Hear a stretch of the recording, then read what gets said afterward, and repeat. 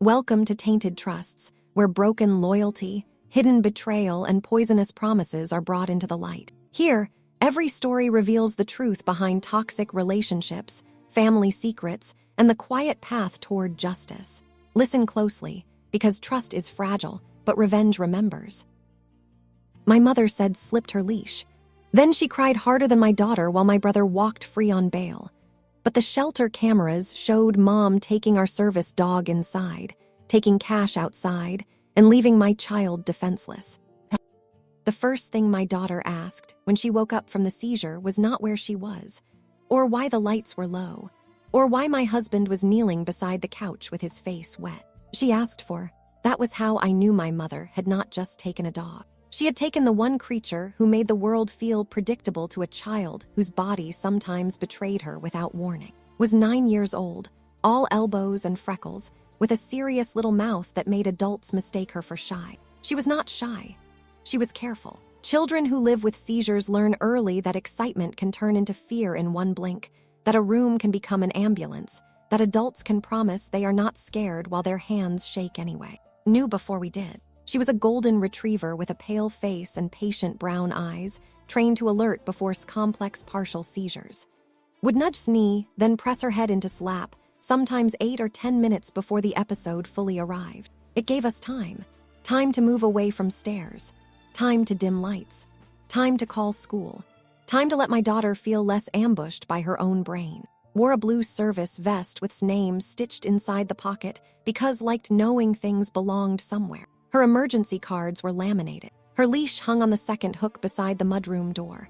Her food bin had a label in handwriting, ROSIEEATS here. So when I came home from the pharmacy and saw the second hook empty, my mind did not understand what my eyes were trying to report. My mother stood in the kitchen with one hand over her mouth. Nora, she whispered, was at the table, drawing a map of the neighborhood for a school project. She looked up because my mother's voice had gone soft in the way adults use when they are about to ruin something. What happened? I asked. Mom's eyes filled instantly. She slipped out. The room changed shape, pushed back from the table so hard her chair scraped the floor. No, I opened the side door just for a second, Mom said. The delivery man scared her. She bolted. I'm so sorry, baby. Grandma is so sorry. My daughter's face went white. Did not bolt. Had been trained to ignore sirens, fireworks, dropped pans, school bells, strangers waving food, and my mother's emotional weather. Could sit through a church potluck while 5 toddlers tried to feed her meatballs. Did not run from delivery men.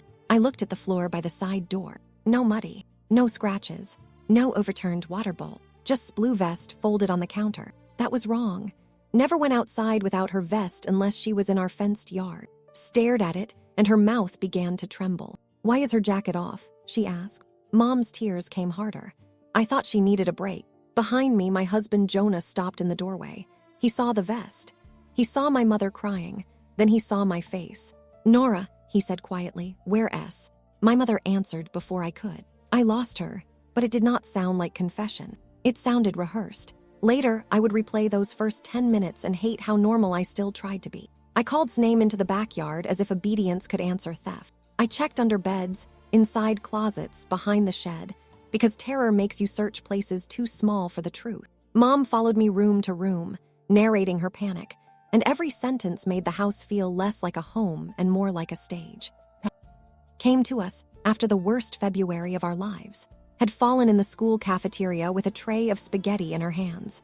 Her teacher told me later that the room had gone silent except for the plastic cup rolling under a table. By the time the nurse called, was awake but unable to answer questions.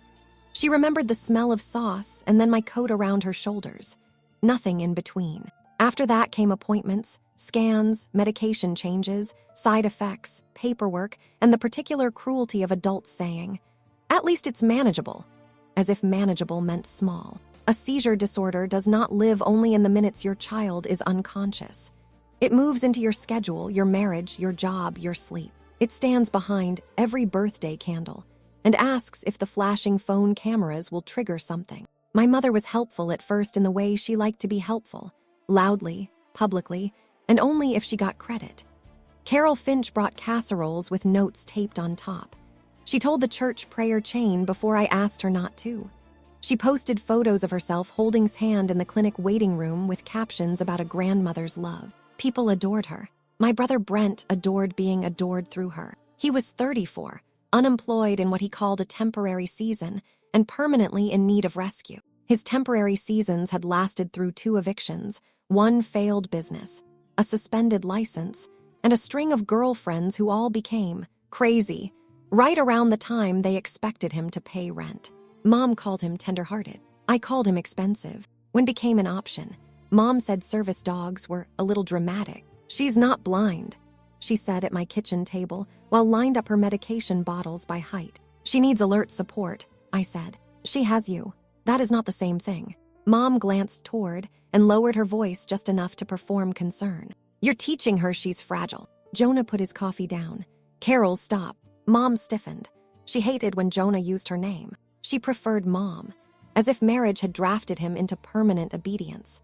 "I only mean," she said, "children can become dependent on labels." Proved her wrong the first week. Was brushing doll hair on the living room rug when rose from her bed, crossed the room, and pressed her head into his stomach. At first giggled. Then she looked at me, confused. "Mom." 8 minutes later, his eyes unfocused and her right hand began to twitch, but she was already sitting safely on the floor. We had already moved the coffee table. Jonah had already started the timer. Stayed pressed against side until it passed. Afterward cried into his fur and whispered, "You heard it." That became their language. Heard before we did. She heard at the grocery store. She heard during math homework. She heard once in the bath, pawing at the door until Jonah lifted out just in time. She gave back something illness had stolen. Warning, dignity, a chance to be ready. Mom never liked that.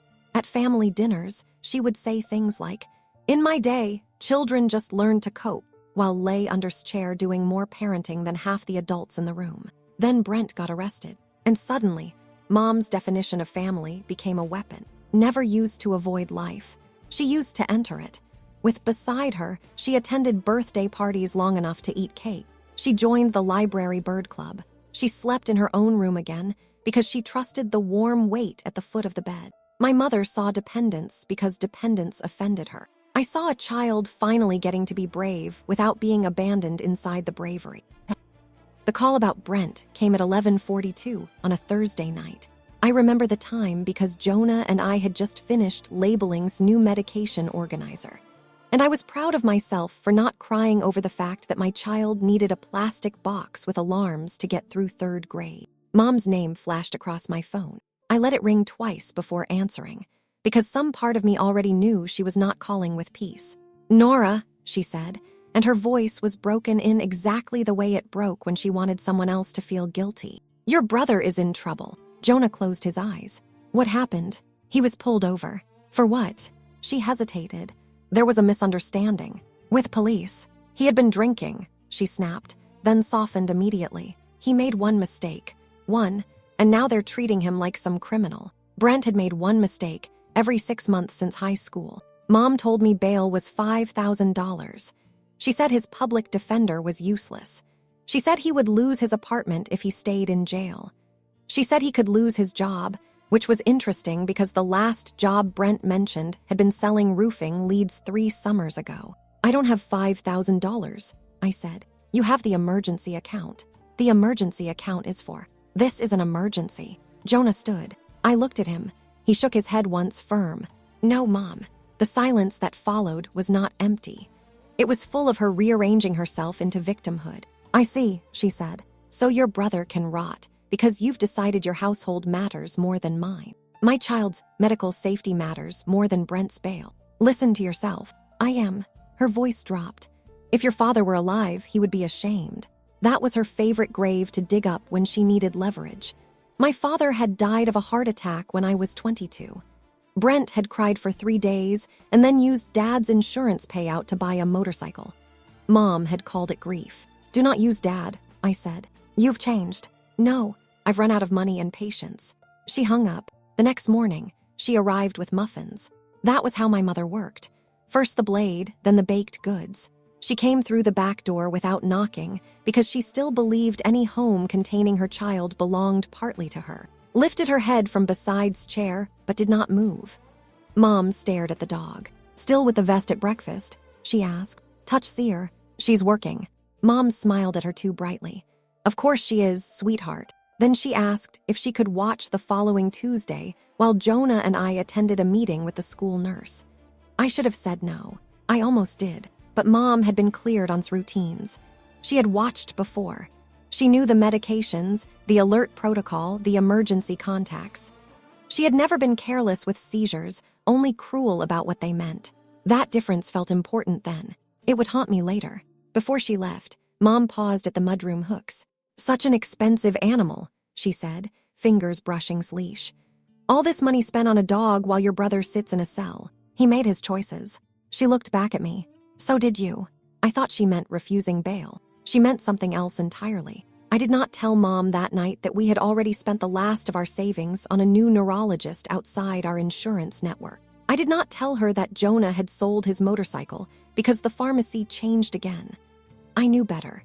In my family, information was never information. It was ammunition waiting for the next crisis, where Brent needed saving, and I needed to be reminded that responsible people always had something left to take.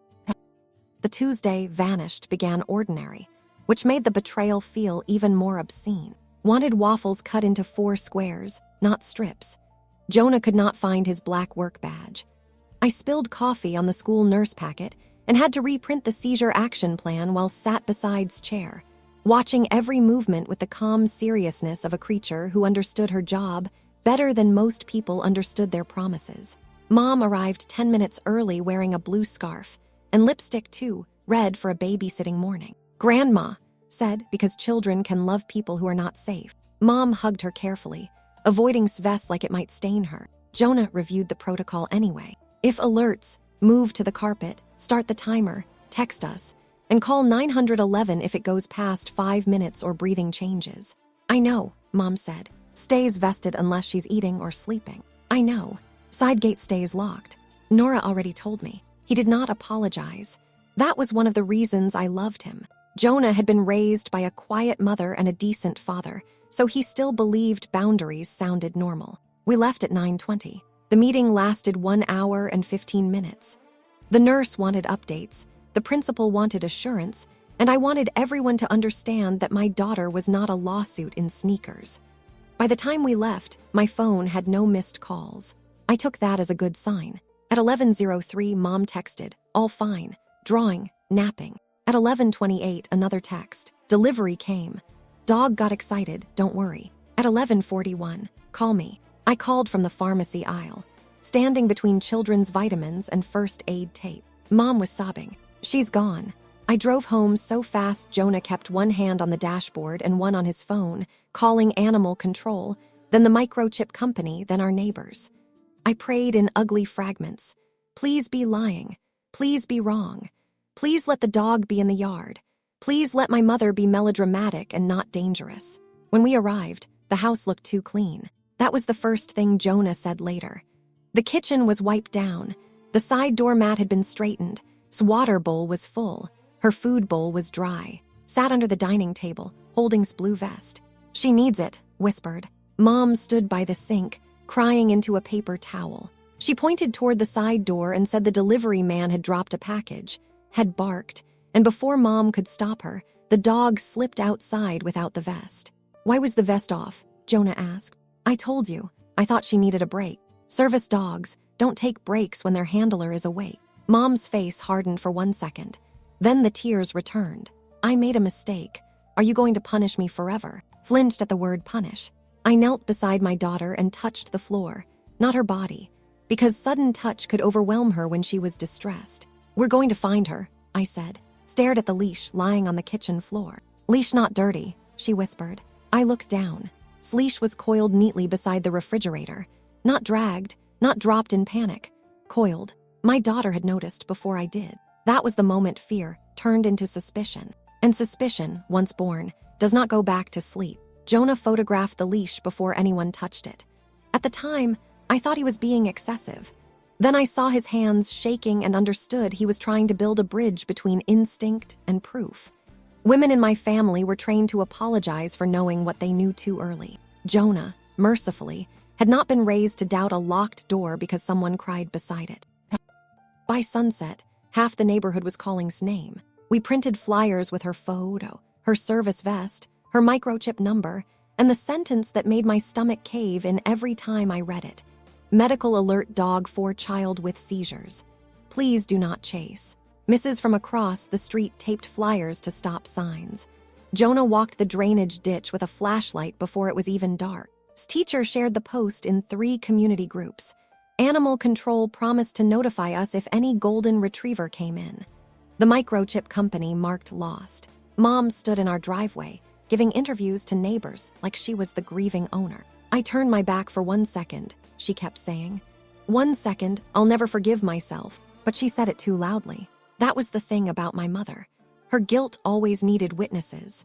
Stayed inside with my friend, who had the kind of voice that could lower a fever. Texted updates every 15 minutes. Drank water. Sat under weighted blanket. Asked if was cold. Asked if thought she did something wrong. Asked if the world could lose people on purpose. I did not know how to answer that last one. At 8:30 p.m., Brent appeared. He arrived in Mom's car, wearing a hoodie and the expression of a man annoyed by other people's consequences. I had not known he was out. I looked at Mom. She looked away. You posted bail, I said. Mom lifted her chin. A friend helped. Brent spread his hands. Can we not do this right now? I came to help look for the dog. The dog has a name. He rolled his eyes, then caught himself because neighbors were watching. I came to help look for. Jonah stepped between us. Where were you today? Brent laughed. Jail mostly. After you got out. With Mom. Mom said, enough. No, Jonah said. A service dog disappeared and $5,000 appeared. Mom's mouth opened. Brent's face changed before hers did. It was subtle, a flicker, a warning sent too late. You think I sold your kid's dog? He said, too loud. I had not said sold. The driveway went quiet. Mom started crying again, but this time the tears came late. I cannot believe you would accuse your own family while I am already drowning in guilt. Came onto the porch then. Her face was pale. Nora, she said. I ran inside. Was on the living room floor, vest clutched to her chest. Her eyes had gone distant. Her right hand twitched once, then again. There was no golden head pressing into her lap. No warning. No time. Jonah dropped beside her and started the timer. I moved the coffee table with my shin so hard it bruised. Shut off the overhead lights. Mom stood frozen in the doorway, one hand over her mouth, watching what her story had cost. The seizure lasted 2 minutes and 19 seconds. Not the longest, not the worst, but afterward looked around the room and made the smallest sound I had ever heard from her. She didn't tell me, she whispered, and because was gone. My daughter thought the dog had chosen silence. I looked at my mother. For the first time in my life, I saw fear under her performance. After the ambulance left without taking, our living room looked like a storm had passed through and chosen only the soft things to damage. The weighted blanket was twisted on the rug. His toy lamb sat under the coffee table where had thrown it during the seizure. Mom offered to clean up. I told her not to touch anything. Her hand froze over the blanket, and I realized she hated evidence long before police named it. Mom controlled the story before I understood there was one. By Wednesday morning, people from church were sending messages that sounded kind until you read them twice, praying for forgiveness on all sides. Accidents happen when families are under stress. Carol is devastated. Please don't add blame to pain. One woman I barely knew wrote, service animals are still animals. Maybe God is teaching not to depend on worldly comforts. I stared at that message until Jonah took the phone from my hand. She's telling people, he said. She told them she lost. No, she told them you're accusing her. He was right. Mom had gone to the church hall at 7 that morning for the prayer breakfast, where she had once hosted fundraisers for medical expenses. She arrived pale and trembling, clutching a tissue, telling everyone she had made a terrible mistake and that her daughter might never forgive her. She did not have to say I was cruel. She only had to let them comfort her for being punished. My brother added details online. Some people care more about a dog than their own blood, he posted. Sad world. I wanted to drive to his apartment and carve the truth out of him with my bare hands. Instead, I called animal control again. Then shelters. Then rescues 2 counties over. Then veterinary clinics. Then every lost pet group within 50 miles. Nothing. At noon, Mom came by with soup. Jonah answered the door, but did not let her in. She's resting, he said. I need to see. No, I'm her grandmother. You are the person who removed her medical support. Mom's face folded in outrage. I lost a dog by accident. You lost the right to say accident when your story stopped making sense. She held up the soup container. I am trying to help. You are trying to get access. I stood behind him in the hallway, listening. Part of me wanted him to stop. Not because he was wrong, because watching someone stand up to my mother made me understand how long I had been crouching. Mom saw me and shifted targets. Nora, tell him. Tell your husband I would never hurt. I stepped beside Jonah. Where is? Her mouth tightened. I told you. Tell me again. The delivery man came. I opened the side door. She ran. What company? What? The delivery company. I don't know, brown truck. We don't have a package. It was for the neighbor. Which neighbor? She blinked. For one moment, my mother's face was empty. Then she reached for tears. I was panicking. You expect me to remember every little thing. No, I expect you to remember the lie you chose. The soup container shook in her hand. If you keep this up, she whispered, you will destroy this family. I almost laughed. That was always the threat. Not that the truth would reveal destruction. That asking for it would cause it. Jonah closed the door. Through the glass, I watched Mom stand on the porch for a full minute without crying. Then she turned toward her car and made a phone call. When she drove away, Jonah checked our doorbell camera. It showed her arriving with soup. It showed her leaving without it. It also showed something else. At 10:12 the previous morning, while we were at the school meeting, Mom had carried folded blue vest to her car. The vest, she later claimed, had slipped out of inside the kitchen. In the video, was not running, was walking calmly beside her. The cruelty of a false public story is that it forces you to defend yourself while you are still bleeding. Every flyer I taped to a pole felt like a plea, but every message defending Mom turned that plea into a trial. I was searching for and litigating my own character at the same time. That was my mother's gift. She never left you only one emergency.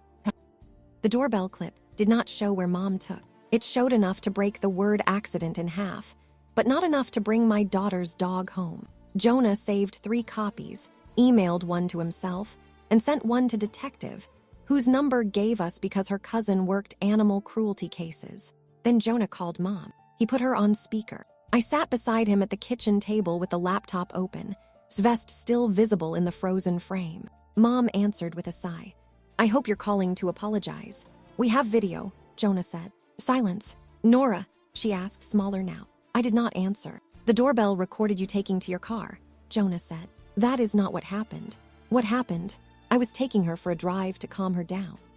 With her vest in your hand. She was stressed. You said she slipped out the side door. Mom inhaled sharply, and I could hear her mind rearranging furniture. She came back, she said. I closed my eyes. She came back and you didn't tell us, Jonah asked. I was afraid you'd overreact. Where is she now? Mom started crying.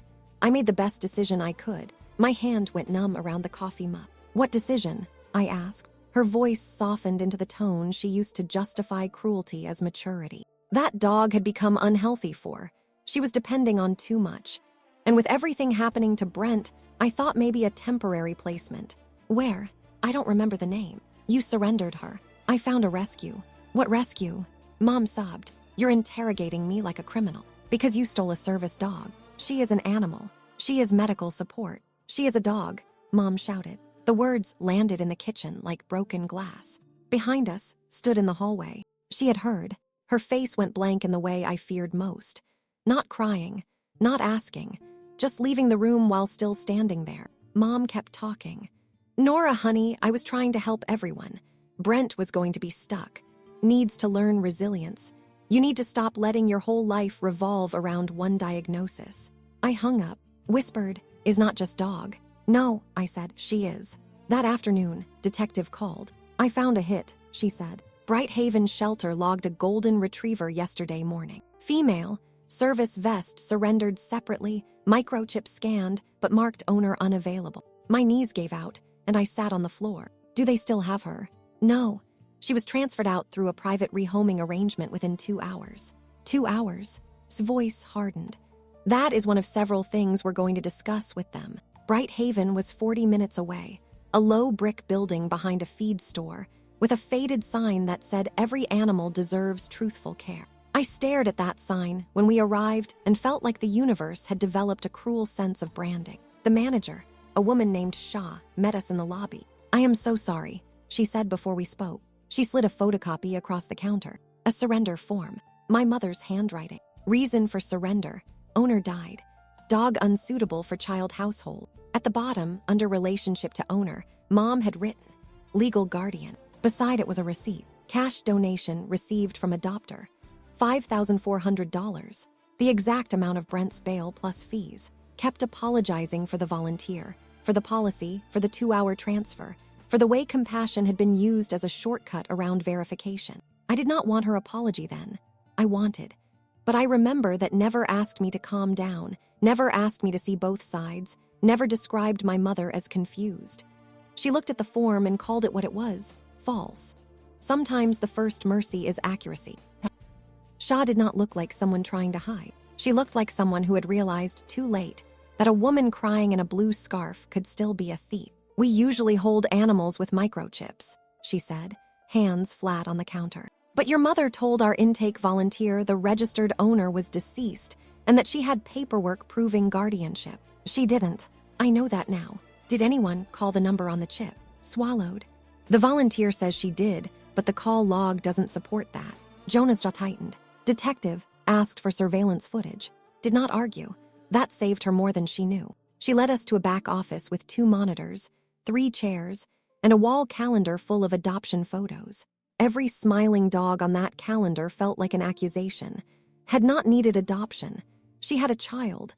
She had a bed under his window. She had a job. The footage loaded slowly. 10:54 a.m. lobby camera. Mom entered wearing the blue scarf. Walked beside her, vested, calm, confused but obedient. Mom held the leash too tight. Kept looking toward the doors as if waiting for the rest of us to appear. Made a sound behind me. I turned. Jonah had tried to keep her at home with, but had insisted on coming once she heard might be found.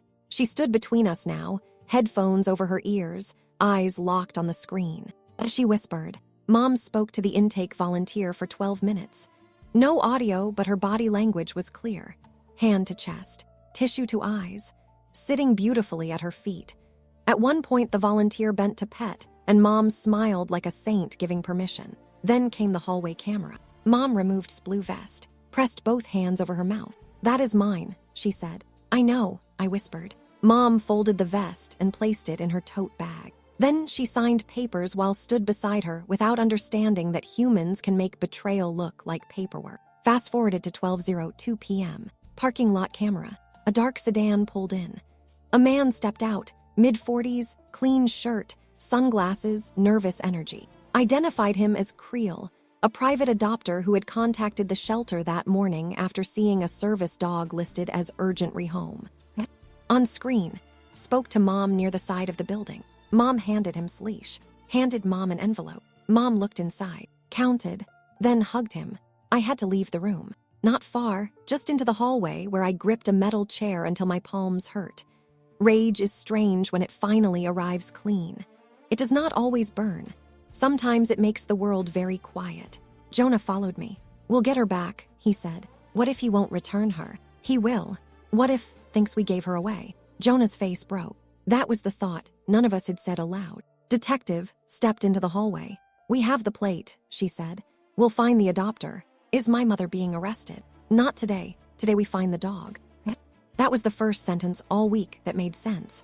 Inside the office, was still watching the frozen image of Mom counting cash. She turned to me when I came back. "Grandma sold." I knelt.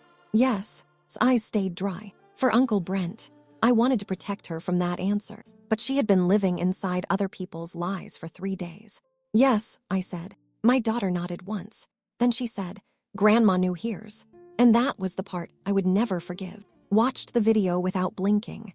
People later asked why I let her see it, and I never found an answer that satisfied them. The truth was, she already knew the shape of what happened. The footage did not steal her innocence. The act had done that. The footage gave the betrayal edges. It showed her she had not imagined the wrongness. It showed her adults could lie, but cameras could remember. Creel answered the door, holding a leash with both hands. Was not at the end of it. For one terrible second, I thought we were too late. Detectives stood beside me on the porch. Jonah was at the car with because said the first conversation needed adults only. The Creel house sat at the edge of a subdivision where every lawn looked trimmed by anxiety. A ceramic sign by the door read, "Bless this home." I wanted to tear it off the brick. His face went pale when he saw the detective badge. "Is this about the dog?" he asked. "Where is she?" I said. Lifted a hand, not stopping me, just controlling the room. "Mr. Creel, we need to discuss the golden retriever you obtained from Bright Haven." He looked past us toward our car. Was not visible in the windows. No barking came from inside. "My wife took her to the vet," he said. "She wouldn't settle. She kept pacing by the door and refusing food." The relief hit so hard, I nearly sat on his porch. "She has a child," I said. "She is a medical alert service dog. She was stolen." Closed his eyes.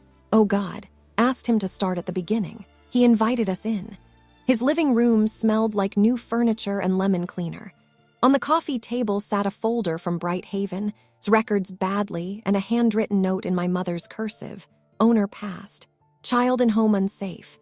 Needs quiet adult couple." "My wife has MS," said. "We've been looking for a calm trained dog." The shelter posting said urgent. The woman said the dog belonged to her late sister and that the child in the home was aggressive with animals. My stomach turned. She said hurt. He looked horrified. "Not by name." She said the child pulled at her, screamed, had episodes. She made it sound dangerous. Jonah had come in without me hearing. His voice was cold. "Our daughter has seizures." His mouth opened. "I'm sorry," he said. I believed him.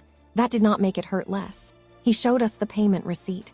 $5,400 in cash, listed as private rehoming support. He had withdrawn it that morning because Mom insisted she could not take electronic payment due to estate complications. Photographed everything, then called his wife. I heard the conversation from the hallway. "Bring the dog back," he said. "No, now she was stolen." A pause. Then his face shifted. "What do you mean she alerted?" "Had alerted at the vet." "Not to a little boy in the waiting room who was about to have a seizure. The vet tech had been stunned, had pressed herself against the child's leg and refused to move until his mother understood something was wrong. The seizure came 3 minutes later. Controlled. Safe. The child's mother was still crying when called. Even stolen, had kept working. That was what broke me. I went to the bathroom and sobbed into a hand towel that probably cost more than my monthly electric bill. Not because was heroic, though she was. Because my mother had treated her like property, while kept treating humans like responsibilities. Returned 20 minutes later within the back seat. Saw her first. No one could stop what happened next. She ran, kept saying he should have known. Said the same thing when she arrived. I understood the impulse. Guilt is easier when it gives you control retroactively. But my mother had studied decent people for years. She knew exactly which kind of story would make them act quickly. Dead owner, unsafe child, urgent rehome. She did not fool them because they were careless. She fooled them because she knew how kindness moved. Leapt from the car before, had fully opened the door. For a second all training disappeared. She pulled free, golden ears flying, leash dragging behind her, and crossed Creel's perfect lawn straight too. Dropped to her knees. Hit her gently but with her whole body, pressing into his chest, whining in a high broken sound I had never heard from her before. Wrapped both arms around his neck and made the same sound back. Not words, not crying exactly. A language built from relief and damage. Jonah turned away, one hand over his eyes. Stood on his driveway, looking like a man, watching the shape of his own ignorance. "I am so sorry," said. "We would never have." "I know," I said. And I did. My anger had a target. And it was not the woman crying beside a minivan with dog treats still in her pocket. Smelled like unfamiliar shampoo, antiseptic, and fear. Her blue vest was still gone because Mom had kept it as part of the lie. Noticed immediately. "Wear jacket." "We have it," detective said. "It's evidence for now." Script tightened. "She needs it. I'll get her a temporary one today," Jonah said. Leaned against side and suddenly lifted her head. Her body changed. It was slight, but every adult there saw it because all of us had learned in the worst way what's attention meant. She nudged his knee. Once. Twice. Then pressed her head firmly into his lap. "Inside," I said. The Creels moved faster than anyone. Cleared the entry rug. Dimmed the living room lights. Jonah guided to the floor. I started the timer. The seizure came 6 minutes later. This time was there. His hand twitched against fur, stayed still as stone. I watched my daughter's body move through the storm with the dog pressed beside her, and I hated my mother with a clarity that frightened me. Afterward, was exhausted but safe. She opened her eyes and whispered, "You came back," licked her chin. Children forgive animals faster than adults, because animals do not explain betrayal. Detective waited until was settled in the car before speaking again. "Your mother's story is going to collapse quickly," she said. "The shelter footage, the payment, the false surrender form, the bail records. But I need you to prepare for the family response." I almost laughed. "You mean my mother crying?" "I mean people defending her, because admitting what she did would force them to reconsider every time they excused her before." That sentence stayed with me. On the drive home, slept with her head across lap, kept one hand on his collar and one hand on the window, watching trees blur by. At home, Mom's car was in our driveway. Brent stood beside it smoking a cigarette. Mom sat on our porch holding his blue vest. For one surreal moment, she looked relieved. Then she saw in the back seat. Her face did not show joy. It showed calculation. Jonah stopped the car at the curb. "Stay here," he told me. "No." He looked at through the mirror, said very softly, "I want Grandma gone." So I got out. And for once, I did not ask my mother to understand. I told her to leave. For days after she returned, checked every room before settling. She would follow, then turn back to find me, then Jonah, as if counting us kept reality intact. Trainers told us service dogs can recover from disruptions when their handlers are stable. Stable. I wanted to laugh at the word. We were not stable. We were a family learning to stand without trusting the floor. Mom stood when she saw me coming. She held his vest against her chest like a relic, as if clutching what she had stolen made her part of the rescue instead of the reason it was needed. Brent flicked his cigarette into my flower bed. "You found the dog," he said. "Jonah came up behind me. Her name is..." Mom's eyes shone. "Nora, listen to me." "No." "You need to hear why." "No, I don't." That surprised her. My whole life had trained her to expect at least one hearing. Carol Finch could weaponize any opening. A sigh, a childhood memory, a mention of Dad, a Bible verse bent until it pointed at forgiveness. I had spent 37 years giving her enough room to decorate her lies. Not this time. She lifted the vest. "I brought this back." "You kept it because you needed her to look like a pet." "I kept it because I panicked." "You folded it into your tote bag on camera." Brent shifted. Mom looked at him, just once. Not long enough for a stranger to notice. Long enough for a daughter to recognize the chain of command. "You saw the shelter video?" she asked. "Yes." Her mouth trembled. "Then you saw I was crying." I stared at her. That was my mother's truest confession. Not "I'm sorry." Not "I was wrong." You saw I was crying. She still believed tears were a moral receipt. Brent stepped forward. "Okay, this has gone far enough. Mom made a bad call, but she was trying to help me. I was in jail, Nora, jail. You were in jail because you drove drunk with a suspended license. It wasn't that simple." "It never is with you." His face darkened. "You think your kid is the only person with problems." Jonah moved then, fast enough that Brent stepped back. "Do not compare your bail to medical safety." Mom put herself between them. "Everyone is emotional." "No," I said. "You are dangerous." Her face changed. That word reached her. Dangerous was not ungrateful. Dangerous was not dramatic. Dangerous did not give her a costume. "I am your mother," she whispered. "You sold my daughter's service dog." "For one day," she shouted. She was gone one day. Brent could have lost everything. Had a seizure without warning. Mom's eyes flicked toward the car. For half a second, guilt appeared. Real or close enough to real that it hurt. Then Brent said, "She's fine." My body moved before thought. I stepped so close he stopped smiling. "If you ever say that about my child again, you will learn exactly how much family I have left in me." Brent looked at Jonah, then back at me, suddenly less brave. Mom started crying again. "Your father would hate this." I heard myself laugh. It was not a pleasant sound. My father trained's first fundraiser with his veterans group before he died. He held when she was diagnosed. He would have dragged you to the police himself. Mom slapped me. The sound cracked across the porch. Jonah caught my arm, not to hold me back, but to steady me. Brent said, "Mom." For once he sounded scared. I touched my cheek. It stung, not as much as I expected. Then Detective pulled up behind our car. Mom turned toward the police cruiser with his vest still in her hands, and every neighbor watching from a window. saw the exact moment her tears stopped working. I had imagined confronting my mother would feel powerful. It did not. It felt like stepping out in a storm without a coat, knowing the rain was real and still having nowhere else to go. Power came later, in the quiet after she left, when I realized the house was still standing. The walls did not collapse because I said no. Did not stop loving me because Grandma cried. Detective did not arrest my mother on the porch. That disappointed me at first. I wanted handcuffs. I wanted a visible punishment large enough to match the wound. I wanted every neighbor, every church friend, every person who had sent me soft little messages about forgiveness to watch my mother be treated like the criminal she had chosen to become. Was calmer than justice, in my imagination. She asked Mom to hand over vest. Mom clutched it. This belongs to my granddaughter. It belongs to the handler, and it is evidence. I was returning it. You removed it during the surrender of a stolen service animal. Mom looked around the porch as if searching for a jury of sympathetic faces. Brent stepped back from her. That was the thing about golden sons.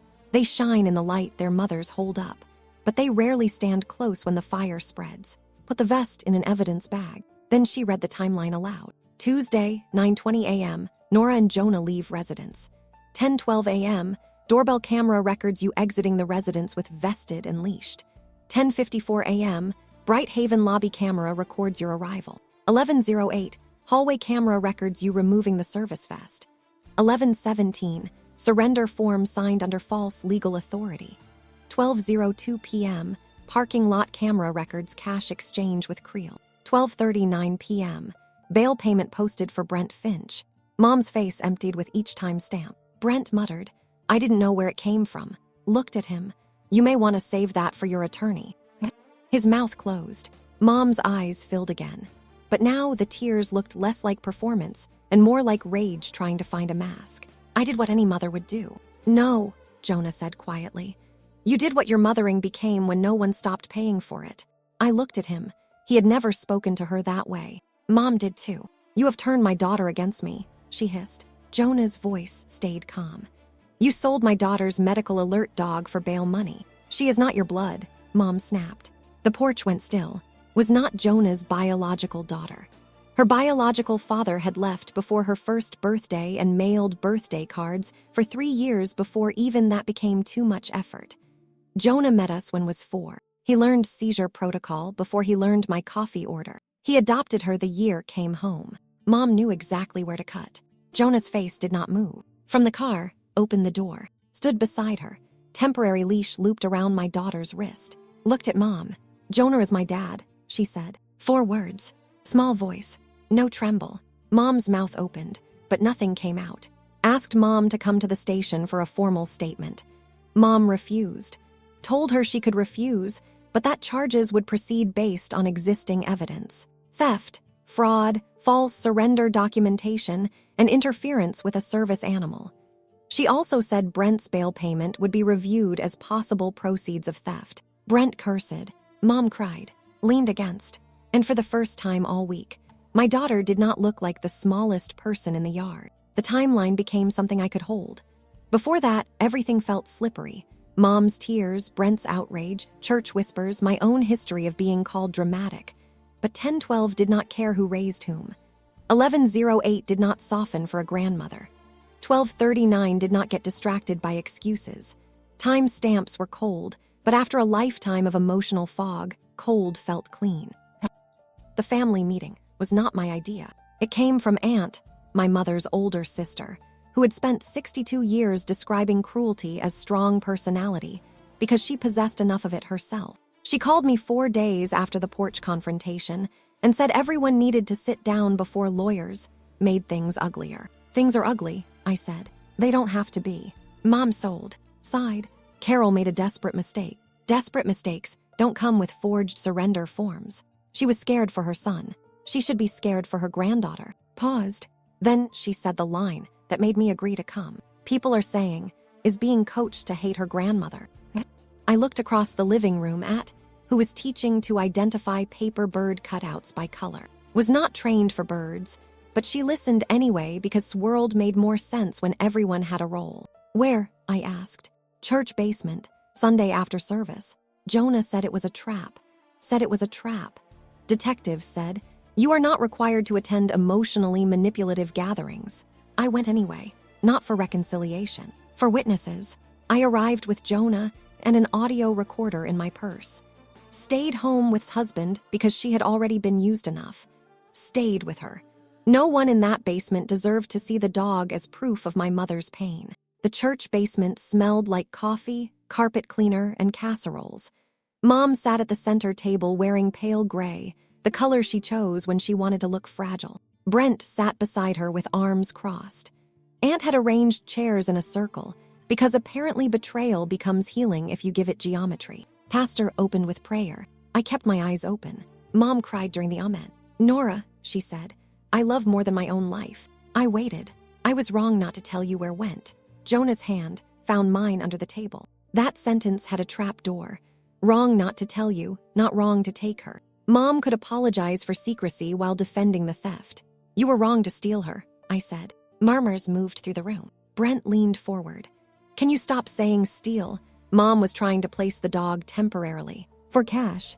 She needed bail money. "You needed bail money." His face reddened. "I'm getting help. You always are." Aunt cut in. "Nora, bitterness will poison more than anything Carol did." I turned to her. My daughter had a seizure without her alert dog because my mother sold that dog for bail money. Do not talk to me about poison. Pastor shifted uncomfortably. "We are here to restore family." "No," Jonah said. "You are here because Carol's reputation is damaged." Mom covered her face.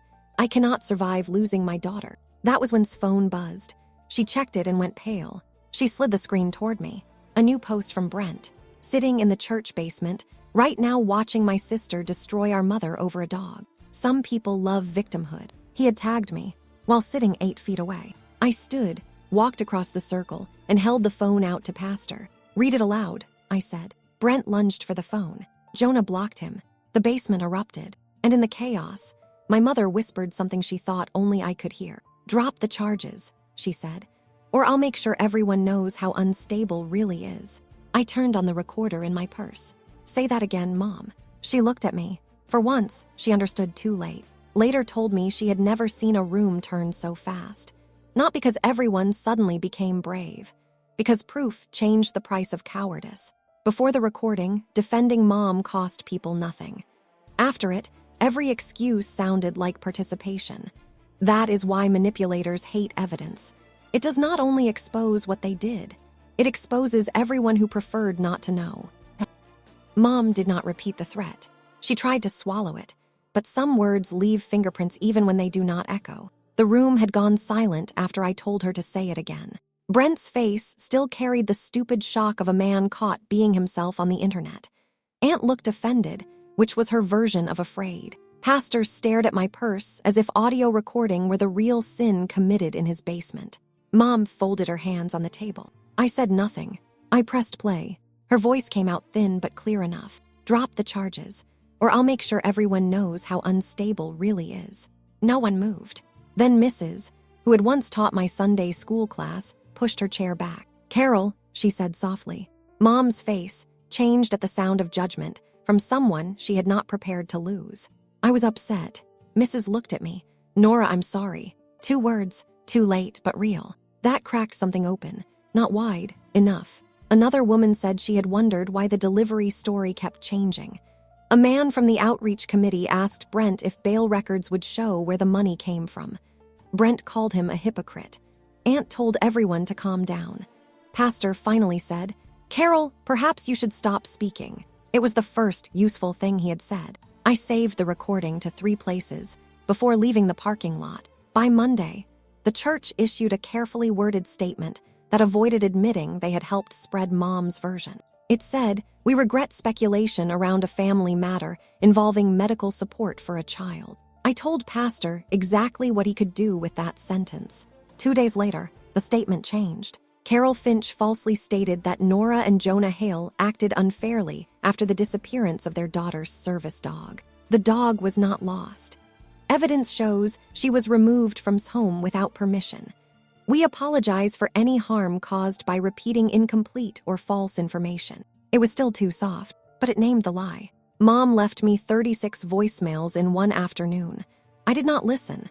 Jonah did, because Detective wanted everything saved. He sat at the kitchen table with headphones on, writing summaries. At voicemail 12, his hand stopped moving. "What?" I asked. He took off the headphones. "She says Dad would have made you choose Brent. My father had been dead 15 years, and Mom was still dragging him into rooms where he could not defend himself." Jonah played the message. "Your father knew blood comes first. If he saw you sending police after your brother because of an animal, it would kill him all over again." I thought it would break me. Instead, it clarified me. I went to the hall closet and pulled out the old fireproof box where Dad's letters were kept. Birthday cards, insurance papers, a photograph of him asleep in a recliner with toddler on his chest. At the bottom was an envelope labeled for Nora. "When Carol rewrites me." I had not opened it because grief makes cowards of us sometimes. Inside was one page in Dad's blocky handwriting. "Your mother loves in a way that counts ownership as sacrifice. Do not let her make you pay for Brent forever. You were never the cruel one for saying no." I sat on the floor until the words blurred. Mom had spent years telling me what Dad would have wanted. Dad had left me the truth. The next morning, I gave a copy to Detective, not because it was evidence in court, because I needed someone official to know my mother had been lying longer than any camera had been recording. Brent's bail hearing lasted 17 minutes. He wore a borrowed suit and the injured expression of a man who believed consequences were a language spoken by people beneath him. Mom sat behind him with Aunt, both of them dressed like widows at a funeral for Brent's reputation. I sat 3 rows back with Jonah, stayed home with, and, because courthouse floors did not deserve her pause, Detective had submitted the financial timeline. Bright Haven had provided footage and records. Creel had signed an affidavit. The bail office confirmed the payment had been made in cash less than an hour after Mom received money in the shelter parking lot. Brent's attorney argued that his client did not know the source of funds. The judge looked over her glasses. "Mr. Finch accepted $5,400 from his mother. The same day, his niece's medical service animal disappeared." The attorney said, "There is no evidence he knew." The prosecutor stood. "There is text evidence, Your Honor." I had not known about the texts. Mom made a sound behind me. The prosecutor read from Brent's phone records. "Obtained after Detective expanded the case." "Mom, I can get enough today if you keep quiet." "Brent, from where?" "Mom, the dog." "Brent, seriously." "Mom, don't be stupid. She has insurance and that husband. We'll get another." "Brent, just don't tell Nora till bail clears." The room tilted. Jonah put a hand on my back. I turned enough to see Mom. She looked not guilty, not ashamed, but furious at the betrayal of technology. Brent stared at the table, jaw clenched. The judge revoked his bail. Just like that, one gavel tap, and the money my daughter's safety bought stopped protecting him. Brent stood. "Your Honor, I was joking in those texts." The judge did not blink. "You may explain that at the appropriate proceeding." A deputy moved toward him. Mom cried out, "He has a disease." The judge looked at her. "Ma'am, his condition is not before me today. The allegation that stolen funds were used to secure his release is." "They're doing this to punish me," Mom said. The judge's voice cooled. "No, Mrs. Finch, the court is addressing evidence." Evidence. How beautiful that word sounded when spoken by someone my mother could not interrupt. Brent was taken through the side door. He looked back once, not at Mom, not at me, but at the exit he no longer controlled. Outside the courtroom, Mom cornered me near the vending machines. "You're happy now." "No, don't lie, you wanted this." "I wanted home. I wanted safe. I wanted you to tell the truth before police had to drag it out of you." Mom's lips trembled. "He's my son. I was your daughter." She flinched. It was the first time I used past tense. Aunt grabbed Mom's arm. "Carol, let's go." Mom shook her off. "You think this will fix. You think that dog makes her normal." Jonah stepped forward, but I raised my hand. "No," I said. "Makes her safer. I'm done trying to make her normal for people who don't deserve her." Mom's face twisted. I walked away before she could find another dead person to quote. In the parking lot, Jonah stopped beside our car. "You okay?" I almost said yes. Then I told the truth. "I don't know who I am without defending myself to her." He opened the passenger door. "Maybe that's not a loss," he said. For the first time, I wondered if peace might feel like emptiness before it felt like freedom. The courtroom was colder than it needed to be. I learned later that old courthouses are kept cold to preserve records, but that morning it felt personal.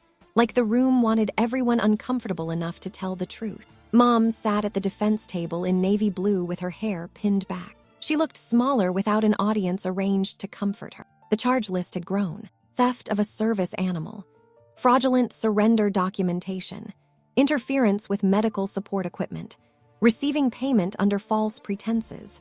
The prosecutor did not charge every possible offense, but he charged enough to remove the word mistake from the conversation. Mom's attorney tried strategy first. He said she was an overwhelmed grandmother, making a misguided decision during a family crisis.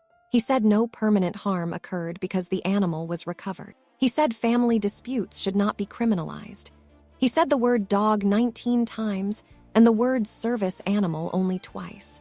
Then the prosecutor played the video. Lobby camera first. Mom entering with calm, vested, looking toward the door. My mother at the intake counter, wiping tears, touching the volunteer's hand, nodding solemnly as she lied. The courtroom watched in silence. Then the hallway camera. Mom removing vest. On the bench beside me, Jonah's hand closed around mine.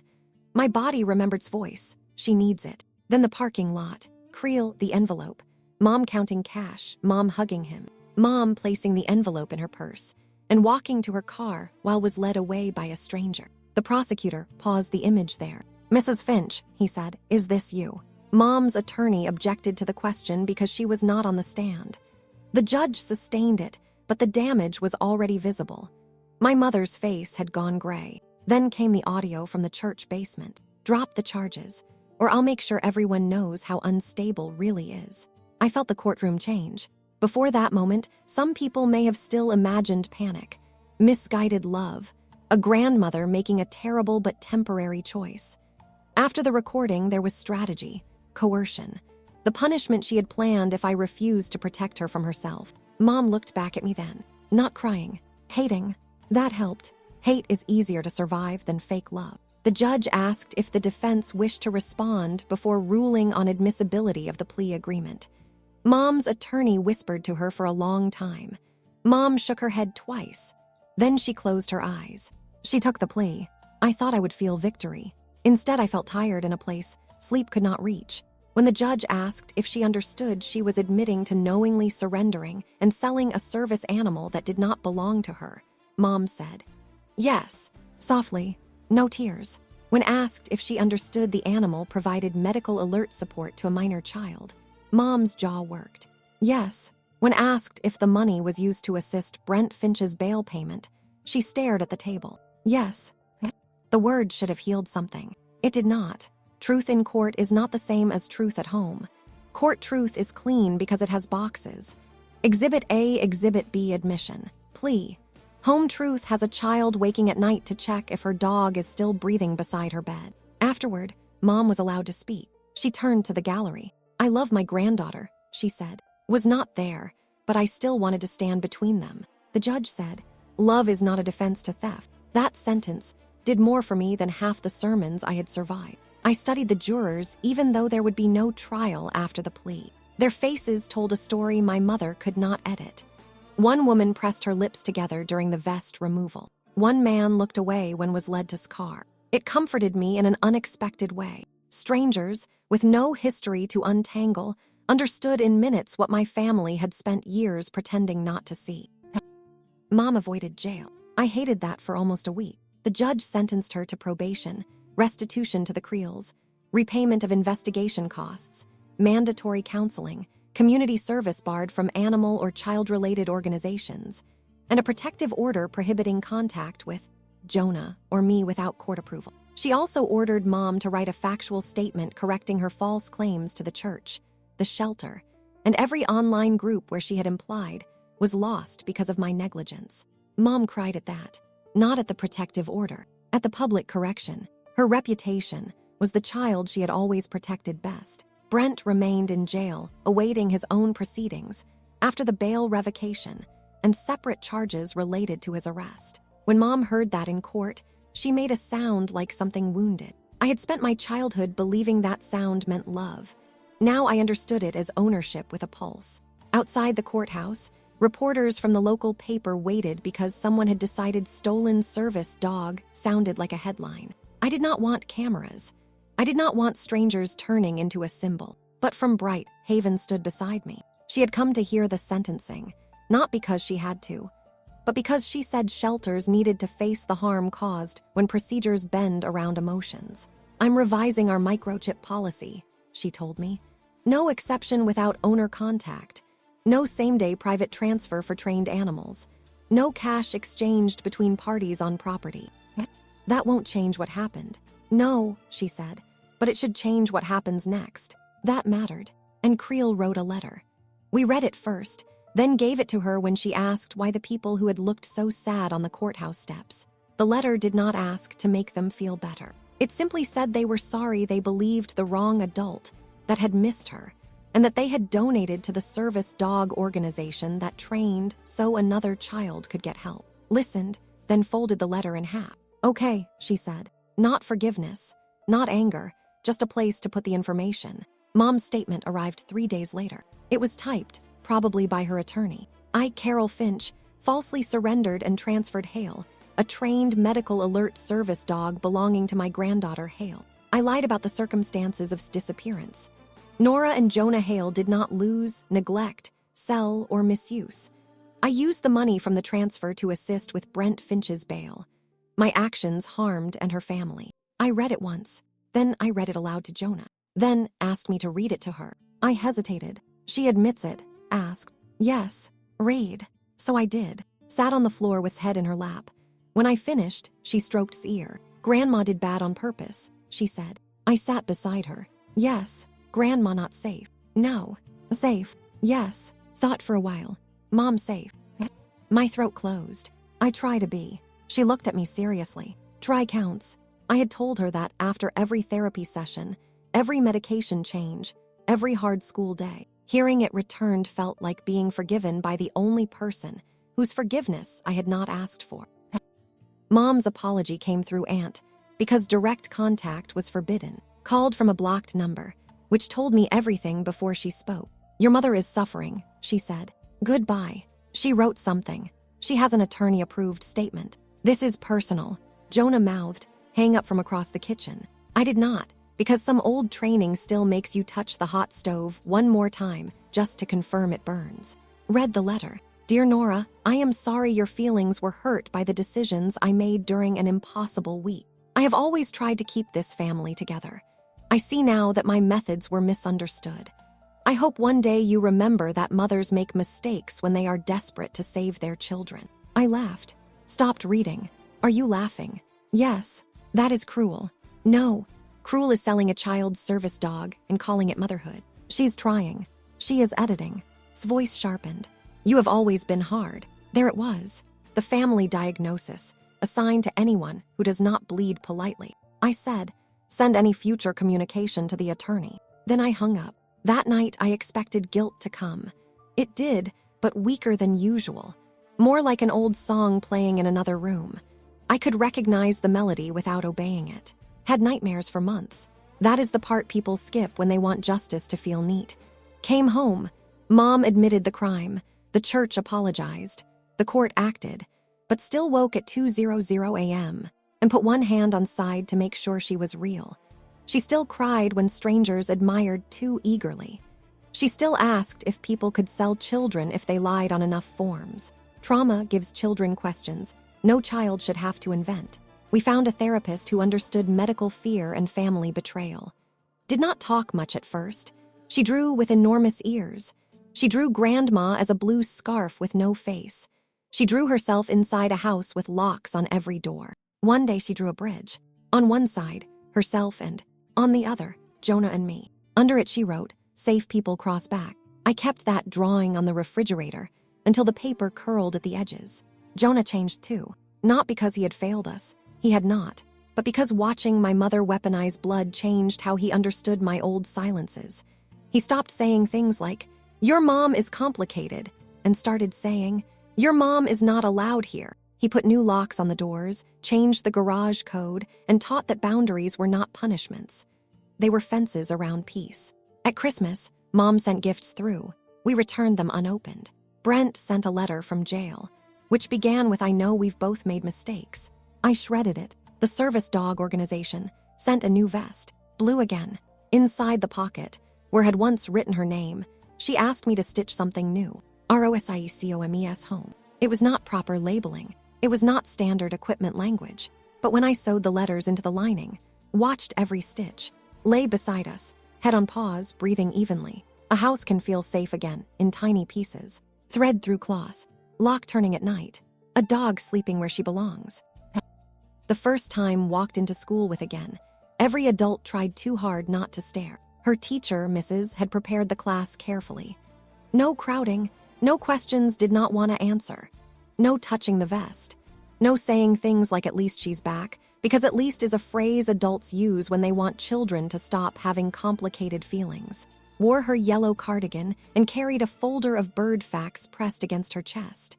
Walked at her left side in the new blue vest, steady and alert. Jonah and I walked behind them, far enough to let lead and close enough to catch the world if it moved wrong. At the classroom door, stopped with her. I waited for the panic. Instead turned to us. I take leash. Jonah looked at me. The leash was already looped loosely in my hand. During the months after came home, had wanted us to hold it whenever strangers were nearby. Not because would leave, because someone had made leaving possible. "You're sure?" I asked. Nodded. I handed it to her. Her fingers closed around the handle. A small thing. A revolution. Inside, a boy named Owen whispered, "Hi," and then immediately looked guilty for speaking. Surprised all of us. "She can hear before people," she said. Owen nodded seriously. "That's good." "Yes," said. That was the whole conversation. It was better than any speech an adult could have given. At noon, Mrs. sent a photo with permission. It showed under the desk, writing in her notebook, one foot touching's paw. The caption read, "Working." I saved it. Then I sent it to no one. Some moments do not need an audience. That afternoon, we received official confirmation that Mom's probation terms had begun. She was required to attend counseling and prohibited from attending our church while participated in any children's program there. Pastor called to ask whether that arrangement felt sufficient. "No," I said. He sighed. "Nora, but it is a start." He accepted that. People did not stop disappointing us all at once. Some church friends apologized. Some disappeared because apologies would have required them to admit they preferred Mom's tears to my evidence. Aunt mailed a birthday card to with no return address. I threw it away before saw it. Asked once if I missed my mother. We were sitting on my porch while, and looked for squirrels in the yard. "I miss the mother I kept hoping she would become," I said. Nodded. "That's a real grief." It was. It is possible to be safer and still sad. It is possible to be free and still check the driveway for a car you do not want to see. Healing did not make me generous about what Mom had done. It made me less available to be harmed by it. That night, asked if would get old. "Yes," I said, because truth had become sacred in our house. Then what? Then we love her while she's here, and when we need help, we ask safe people. Thought about that. Safe people don't sell. No, safe people tell. I smiled through tears. Yes, baby, safe people tell.